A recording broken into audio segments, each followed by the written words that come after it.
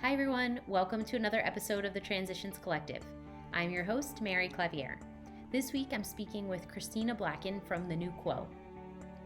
Christina is an incredible storyteller, and we are talking today all about telling your own story and what that looks like for you. So external stories that you communicate to others about yourself, about your business, and also the internal stories. What are you telling yourself about yourself? And how is that impacting your self-development and your growth? Enjoy this episode. It has so much great information. Hi, Christina. Welcome to the show. Hello. I'm happy to be here. I'm so excited to have you and talk all about storytelling. It's going to be great. Okay, so first, can you start out by telling us a little bit about yourself and your family? Yes, my name is Christina Blacken. I am originally from Utah, which I know for a lot of people is like, what? How the hell was your family out there? But I created a platform called thenewquo.com, and it really started from growing up in a place where I was an extreme minority. So I experienced being on the outside of religious groups and political groups and racial groups, and I saw how powerful story was for how people interacted with one another. So that really was the starting point of sort of the trajectory for why I've chosen the work that I do. Amazing. And when did you move to the New York area? I moved to New York for college in 2006, I think, and it kind of came on a whim. I didn't plan on moving to the East Coast. I never really thought about New York City. And I was invited to go to a program during my junior year of high school. And it was a bishop in a church I used to go to as a kid. It was like a family church where everybody in my family went there for decades. And the bishop was like, "Have you heard of this program called LEAD?" And I was like, "No, I haven't heard of it. What is it about?" And she told me it was a minority business program to place people in these like great schools and expose them to corporate America. I didn't take it seriously till like the day before the deadline. And then I applied and I was like, wait a minute, maybe I'll get in. So I ended up getting in. And I think there was a lottery to place you at the school you ended up going to. And I remember selecting Cornell, and I thought it was just a cute state school and I didn't know anything about it. And I came to Cornell and was like, wow, I'm like, look at the gorges, look at the flowers. And I had a really great time. And they ended up waiving my application fee to apply to be a student there. So I applied the next year, my senior year of high school, and I ended up getting in. And so I was like, well, I didn't think I would be on the East Coast, but this seems like a really great opportunity. Packed all of my things in 2 suitcases, like including a printer and a comforter in these suitcases. Just nuts. I'm like a packing genius, I guess. And my church at the time had raised all the money to get a one-way ticket for me to go out to New York. And so, yeah, that's how I ended up coming on the East Coast. Didn't know anyone, didn't have any family, no friends. I was just like, let's figure it out. That's amazing. That takes a lot of guts. I know. I was a little sad when I was leaving Utah. And I remember on the plane on our way here, I was sitting one row ahead of my mom because she came out with me to help me like get everything settled. And I turned back and looked at her and was like crying. And she was like, "Girl, it's gonna be fine." She saw all the new things to come for you. Yes, yeah, exactly. And I Amazing. had a boyfriend at the time, and I was really sad at leaving him. And she's like, "Girl, it'll work out. Like, Yeah. you'll figure it out." Yeah. Yeah. It's like such an opportunity. hmm Amazing. Okay. So can you tell us a little bit about why story is so important? It's a big topic. Yes. How much time do you have? Well, my main thing that I really love about story is it's innately human. The human brain is wired to communicate and to organize the world through story. So our brains really adapt to story in really interesting ways, and the science behind that is fascinating. But also, I think it's 65% of all daily communication is story. So you naturally, subconsciously default into connecting with people and sharing with people and educating people through narrative. And I think because it's much easier to remember, like you'll remember that story of me on the airplane crying than me saying like 50% of students cry on their way to college. Like you probably remember Right. story Right. first than the statistics. And so knowing that narrative is so powerful for memory and for connection and empathy, it shapes everything that we do. I think narrative is at the core of all change, it's at the core of all belief systems. And so that's why I'm fascinated with how do you use story as a tool to shift behavior and to think differently about how we interact with one another, especially because we're never probably not going to tell stories at some point. And story isn't just about, entertainment and escape. There's also so many examples of how we attach stories and narratives to what happens to us, to the defining moments of our lives. And when we do that, there's real power in reshaping narratives or rethinking them in terms of your own abilities. Yeah, it's incredible. Oh my gosh, so many good things to go through this. Okay, so well, the first thing I would say is, how is knowing your story helpful for your business or your brand or your product, whatever you may be doing as a business owner? That's a really great question. I think, especially as a leader, your first job is to distill vision. And vision really is communicating to people why this organization and what you do matters, and the meaning behind the activities and the impact that you want to have. And when you're building a company, you need team members, and team members are likely to stay and they're likely to put in more work and be engaged when they understand the goal and the reason behind the goals of that company. So I think storytelling is an incredible way to talk about that, your origin story of why the company was created, what problems and conflicts and things that you have to overcome to build the thing that you're making, and also these stories that encapsulate your values. So if you value ingenuity, or if there's a huge value on collaboration or a huge value on creativity, you can describe that more effectively with lived examples, stories of individuals living those values, having those values. And I think leaders who are able to do that effectively are far much more successful with retaining employees, with getting people to understand and drive towards goals, and for being a more motivating leader, essentially. Like an example that I have of that, which is really interesting, is I talk about my experiences in corporate America and seeing leaders effectively use story or not. And one that was really compelling for me is when I was working in the nonprofit space. I was a cause marketer building campaigns to motivate people to volunteer. And the CEO at the time was somebody who was really great at telling this turnaround story of the organization. She had come in, they had like $300 left in the bank. They had all these volunteer chapters across the country, and they were about to close their doors. And she essentially made some tough calls to shift the company to be a more digitally focused, lean running organization. And they turned it around. They now have like 5 million young members who are involved in this organization. And her telling the story was such a central part of her communicating about the company and where it was going, that every one of us could just stand up and say it ourselves.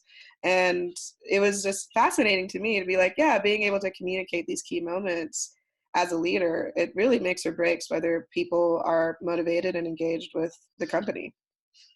So that's fascinating. So actually, I'm hearing a couple things. It's the story of m- what maybe has happened and made something come to be. Like I could say for the story I share for brief transitions and having my daughter and cutting my underwear and all that kind of stuff, that would be like a story of the past for the business. But then there's also that vision for the future and how you communicate where you're going to get people on board with you. Absolutely. That's exactly it. Okay, awesome. Yeah, yeah, both of those are so interesting. Okay, so we'll take the first part first. So for the past, like if someone's not really sharing their story right now, or they haven't really flushed it all out yet, what can they do to build that story around them and around their business? Yes, and I think so many people should take this time. One of the things that I teach in the communication workshops that I do is to find your defining moments, because every one of us have these moments, and it's very applicable to the transition collective, where you're going through a transition or a transformation, where you have an event that leaves you changed in some way, whether it's mentally, physically, emotionally, and those moments really define the actions you take, the values that you have. So I would get those down on a piece of paper, especially when it relates to your career or to the organization's development. What were the moments that struck you in terms of a catalyst of changing something? What was a problem that motivated you to make the thing? Then once you have those down, you can look at that list and figure out which of those you've processed enough to be able to talk about publicly. Because sometimes there are situations or moments you've had where you don't want to talk about those publicly because you're still processing them. It's not, I think one thing people always worry about with storytelling is like, well, I don't want to be up there and acting like y'all are my therapist and I'm, you know, giving my heart out, or like the walking wounded. And it's not really about that. It's sort of being honest and real and vulnerable, which is super important as a communicator. but doing it in a way that doesn't burden the audience or burden people that you're connecting with, or make you feel like you're exposing yourself in ways that you're not ready for. So you can look at that list and be like, this thing about my mom, maybe I don't want to talk about that. Or, okay, this thing about that really difficult issue with my grandma, I actually am totally okay talking about that thing. Or this interesting experience I had abroad that made me think differently. So once you have that idea, then you can start to construct your message around that depending on what your goal is. And if the goal is to drive a certain emotion or action, you can embed that within the messaging around that key moment. And then you could have, could you have different stories for, like, say the story of your business and how you came to be, but then another type or style of story if you're sharing like more publicly, maybe on a stage or something like that. That just kind of popped into my head when you said you might not want to share all Yes, of the things. absolutely. I think it's good to have a what I kind of call being like a story anthropologist. I teach the clients that I work with and the people I work with to have sort of a catalog of stories in their back pocket so they can know which ones to pull, which ones to leverage, which ones are more applicable to certain audiences. Like there's certain stories you may want to tell to an all women's audience that they can relate to based on the specific things that they've gone through or things you know about that audience. Or maybe there's a story about your hometown and you're going back home and you want to reconnect. So just being relevant and thinking about your audience and what their pain points and what their needs are can help you to sift through, which is why I think it's important for people to do one of the critical points of storytelling, which is self-reflection. And which is one thing I teach a lot, because if you don't reflect, you don't know what to tell, right? You don't know what Right. your stories are, you don't have an inventory. And once you make an inventory and sort of write them down, then you could be like, oh wow, I have these 50 stories across these different small and big moments, and I know which ones that I can pull. And also, they don't have to be critically crazy for you to want to talk about them. They could be funny, it could be a moment in time. It doesn't have to be, your 16th birthday when your friends like did a crazy prank on you and like changed your life, whatever that is. It could be other things that are small and big, but they still had some impact on you. And I think taking the inventory is really what can help you to figure out which stories to leverage. Interesting. Okay.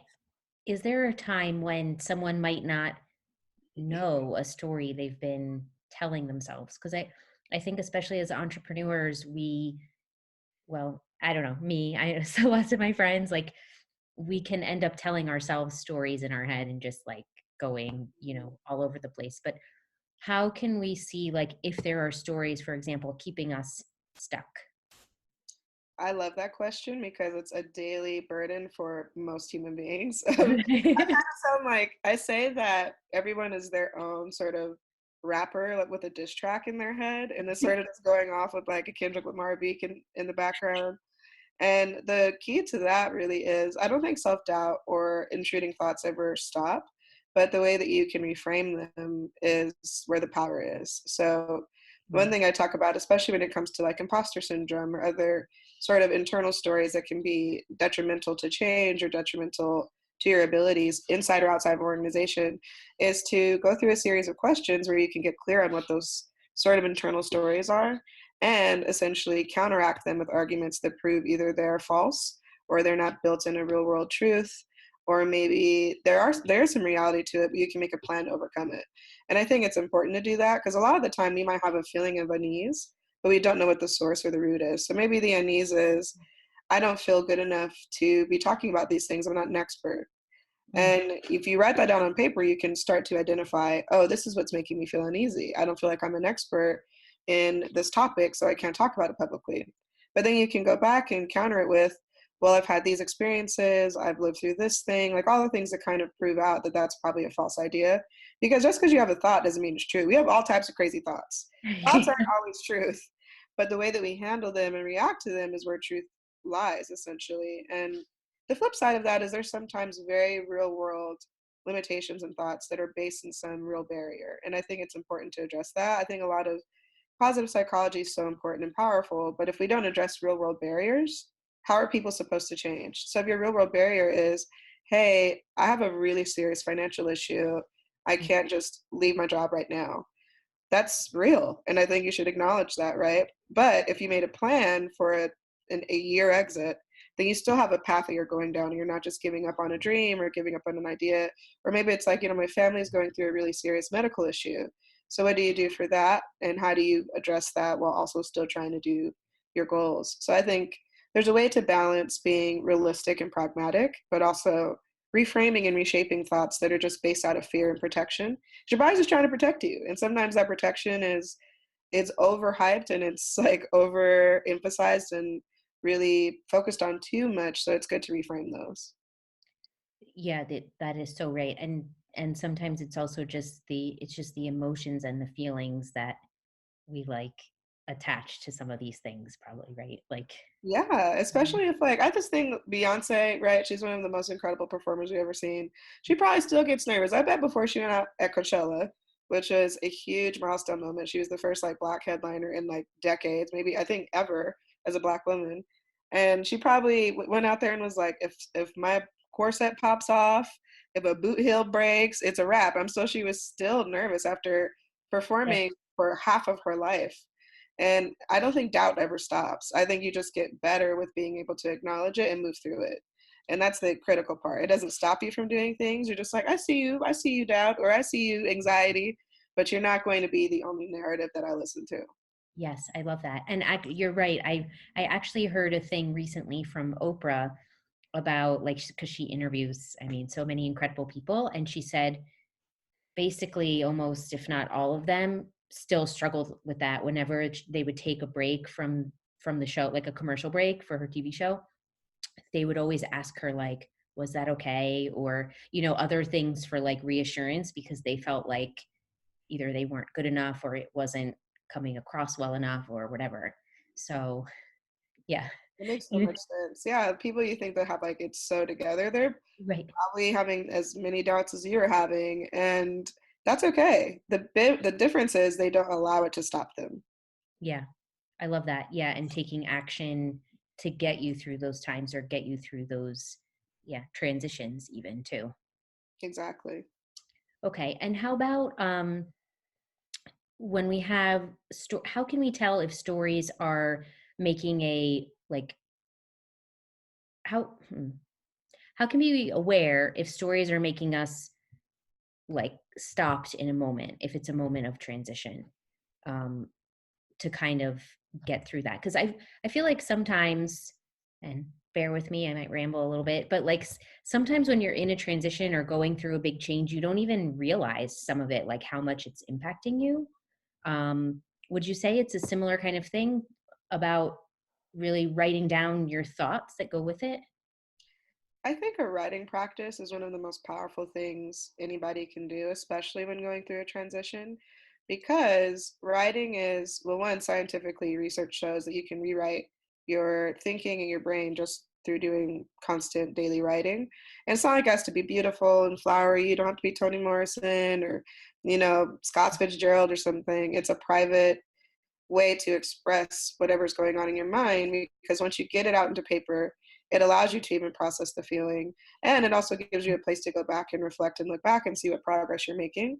So I think any transition, it's okay to write down any and every thought. Like the last time I went through a huge transition was a pretty big breakup, and I probably wrote like 50 pages worth of stuff where I was just really thinking through what was the pros and cons of this relationship in terms of what I brought to it, what baggage I may have had, what he brought, what baggage he had, what did I learn, what do I want in a partner going forward. I just had all these questions for myself, and sitting down and just putting down all these thoughts really helped me to figure out and attach a narrative to an experience. And research also shows that when you're able to find some sort of redemptive narrative around a transition, especially a tough one, you're more likely to have resilience and bounce back from it and survive it, even if it's awful, right? Like my Yeah. breakup was terrible. He cheated on me. There was these things that went on, and me being able to find the redemption and the lessons and the processing of it was super helpful. And especially because I think we don't have a lot of self-reflection time. It's not really built into modern society. So even if it's 5 minutes in the morning, if you write down every thought, I used to write crazy thoughts. I'm like, I'm never gonna fall in love again. I'm gonna die a cat lady. Like whatever thoughts you have, no matter how real or not real they are, it allows you to get it out somewhere. And obviously it's great to also talk to your friends and get a therapist and all the things that help you to process. But writing is powerful because it's private. You don't have to publish it anywhere. And it allows you to continuously look back and to see how you progress. So I think that in of itself can help you to tease out what narratives may be coming up over and over again Mhm. that you didn't realize Right. were happening. Like there could be something there where you're like, wow, I keep saying I'm not good enough. And I've said that 6 times in the last week. What's going on there? Like, let me dig a little bit more. Oh, I love that. Yeah, because you might not even realize if you're telling it in your head all day long, you could be telling it and saying it in your head all day. But if you're writing it and then you see, like, wow, I keep writing this down. It becomes tangible. I think sometimes our Yeah. thoughts are so fleeting because we have so many in a Yeah. day. Like I It's think we overwhelming. daydream a significant amount of our time, like our minds are just running. So if Yeah. you put it on paper, it becomes a tangible thing. And when you put it there, it's powerful to be like, whoa, is that how I'm talking to myself? Is this is what I'm saying to myself? Because you'd Right. be surprised how hard we can be on ourselves and how much that actually does affect your mood, your actions, the way that you carry yourself, the things that you'll tolerate and not tolerate from individuals.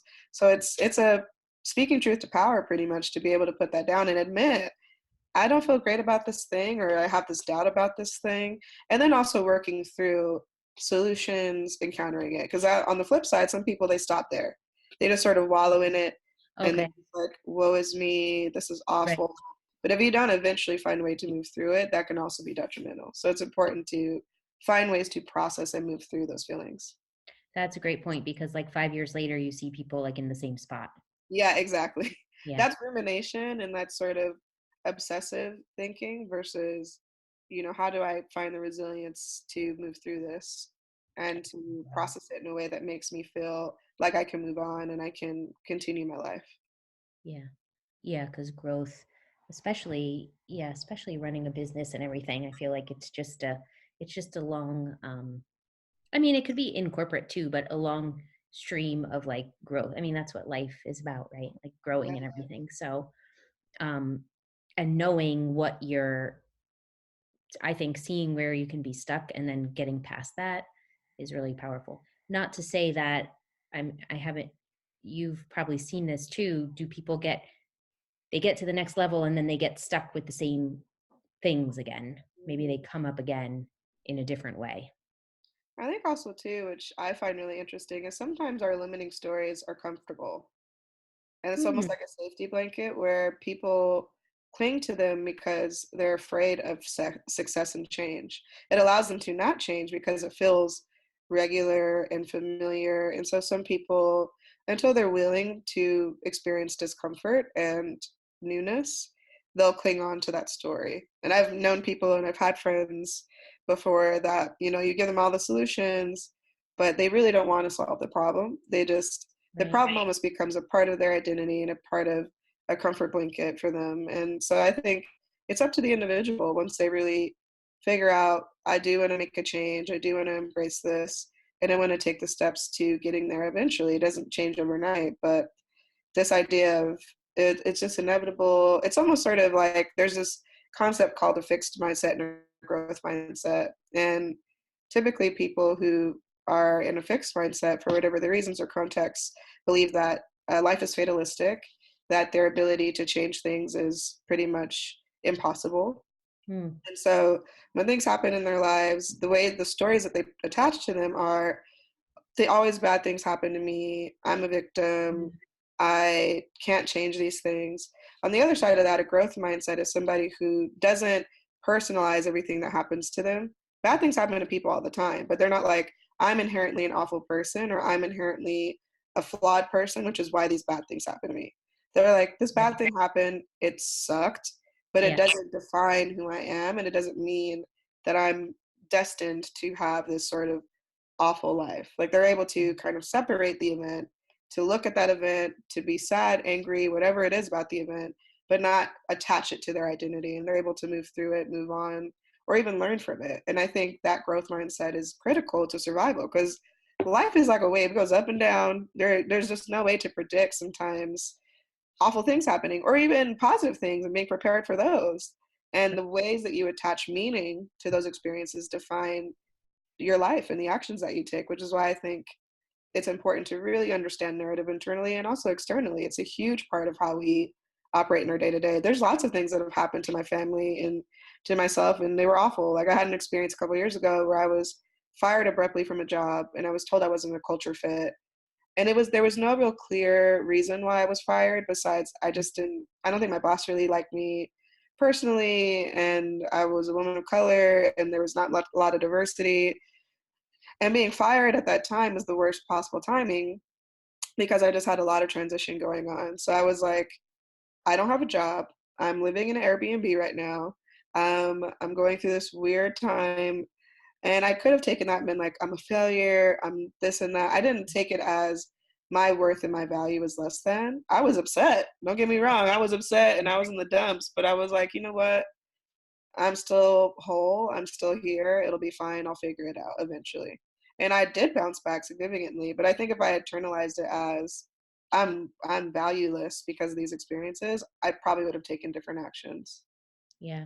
That that shows incredible strength and just abilities to recognize and like push through, and resilience, I guess, and move forward. Yeah, it took some time getting there. I was like mad. I was like, I've had moments where I was like, Yeah. the author meme, the author character, the little cartoon of a fist. I definitely had those moments, but yeah, just the older I've gotten, the more I've realized that narrative is powerful because we create our own realities and our own perceptions at times. And that doesn't mean being, detached and delusional about reality, like, oh, everything's fine and wonderful. It's not about that. It's Right. sort of what is the narrative here where I know that I'm looking at the realities and the truths of things and I'm also moving through it. Yeah. I was talking with some friends about that the other day too. There, I listened to the Life Coach School podcast with Brooke Castillo, and Mhm. she had an episode about how things are neutral and humans attach to them. Like that Mm, is neutral, but people attach shame to it or that it's a bad thing. So it goes with what you're saying about how these stories can impact us and impact if we feel like we're doing well or if we're not and like falling off the wagon or something. and that's why story is so powerful because it's the meaning portion. That's attaching meaning. Yeah. And it's crazy to think that there are stories that you probably have from like childhood, from 30 years ago, 40 years, however far ago, that still impact you now. And so it showed you how powerful they really are. If they're in these intangible things, but if you pick that up as a truth about life, as a truth about yourself, it can impact you for the rest of your life. So yeah, narrative and meaning and what we attach to these things that happen to us really define our lives. Fascinating. Christina, that was fantastic. Okay, so I want to talk a little bit more about, I have a question that I ask everyone that comes on the show about corporate America. So what skill from corporate America has helped you the most as an entrepreneur? Ooh, I would say collaboration and conflict resolution. Mm, Because being in corporate America is extremely challenging. I think corporate America is going through its own transition and transformation of values and sort of moving away from this very robotic, numbers driven, profit by any means necessary model to being more values driven, being more inclusive, being more understanding of the human condition. And I think working in those environments where I was like the first, if not the only woman of color in positions of any kind of leadership or power, and navigating people's microaggressions, navigating different personalities, navigating conflicting agendas and wants and needs, it allowed me to kind of build up a tough skin. It allowed me to be able to find my voice and know how to communicate ideas effectively and to get buy-in. Really, I had to constantly. A lot of the jobs that I had, they were communication-based, collaborative, story-based jobs, and it was always my job to really get agreement and alignment across a wide variety of personalities and a wide variety of interests and needs. And being able to navigate that effectively was a huge learning for me. And I think as an entrepreneur, you have to do that. You're a salesperson, you're a marketer, you're a product designer, especially at the beginning. You're doing all the things, wearing all the hats, and you have to navigate a lot of different people, personalities, and figure out ways to get buy in and support for your ideas. And if I hadn't been in corporate America, I could have learned that, sure, but it probably would have been a harder road or more mistakes made versus now in my early 30s, working in corporate America about 10 years.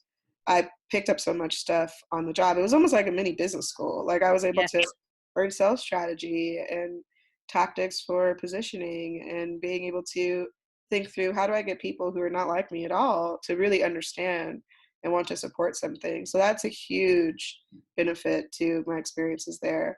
I would also say too that seeing what they've done wrong as well has been like a huge lesson for me, where I'm like, not gonna do that. I'm definitely not gonna do that, especially with all the leadership things I teach now. A lot of the motivation was experiencing toxic work environments and high turnover, and leaders who really struggled with their own self-awareness, their own communication skills.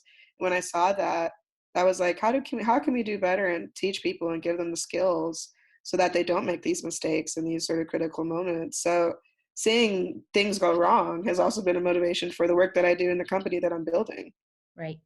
Yeah, that makes a huge impact too, because then as you grow with your company, you can implement the opposite of those things. Right, exactly. Which is why I'm like, organizational trainings and the learning and development stuff that I do is so important, because I think if we can teach the skills early on, it could be prevention versus reactionary. Yeah. What happens is companies mess up, then they Yeah. go into a crisis, then they want to focus on those skills. Where I'm like, maybe we should do Yeah. it before there's Yeah. an issue, and think about emerging leaders and them stepping up into positions of power. How do we get their communication skills Right. and their self-awareness in place before they step into those positions of leadership?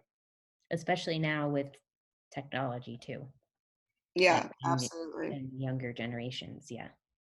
That's like that's a whole other topic for another day. So Christina, can you please tell us where everyone can find you if they want to know more about you and the new quo? Yes, they can go to my website, thenewquo.com. That's THENEWQUO.com. They can also reach me by email. It's just my first name, Christina, at the New Quo. And yeah, I love connecting with entrepreneurs who have a big idea and need help sharing it and getting their story correct. And I love working with organizations that want to think about culture change in a more holistic way and improve their communication. So, questions, comments, you want to send me a meme or a picture, whatever you want to do, just connect with me that way and we can continue discussing story and narrative and how it affects change. Awesome. And I'll put all that in the show notes too, so people can easily click and link and all the Yes, things. technology. Thank you so much for being on the show. I really appreciate it. Thank you. I so appreciate it. And I'm so happy you're having these discussions, especially because transitions are hard. And I think So being hard. open dialogues is like a huge benefit to being able Yeah. to do them. Thank you. Yeah, that means a lot. I appreciate it. Okay. Talk to you later. Bye. Bye. I hope you enjoyed that episode with Christina. I thought she gave so many great tips and thoughts around how to share your story and how to think about and realize and recognize what stories are in your head. So I found that really fascinating. And I'm going to commit to trying to journal more often so that I can see and recognize what's going on in my own head. I think that will be super helpful for whatever I'm trying to work through or whatever I'm trying to get to next. So I encourage you to do the same. You can find Christina at thenewquo.com. I will have all of her links in the show notes. As always, if you have any questions or comments, please feel free to reach out. Mary at thetransitionscollective.com. And if you did not get a chance to join our membership community on this round, I have a waitlist set up. So you can go and find more information at thetransitionscollective.com/community. It'll have some of the details there, and you will get tips and information before we open doors again next year. So have a great day and talk to you soon. Bye.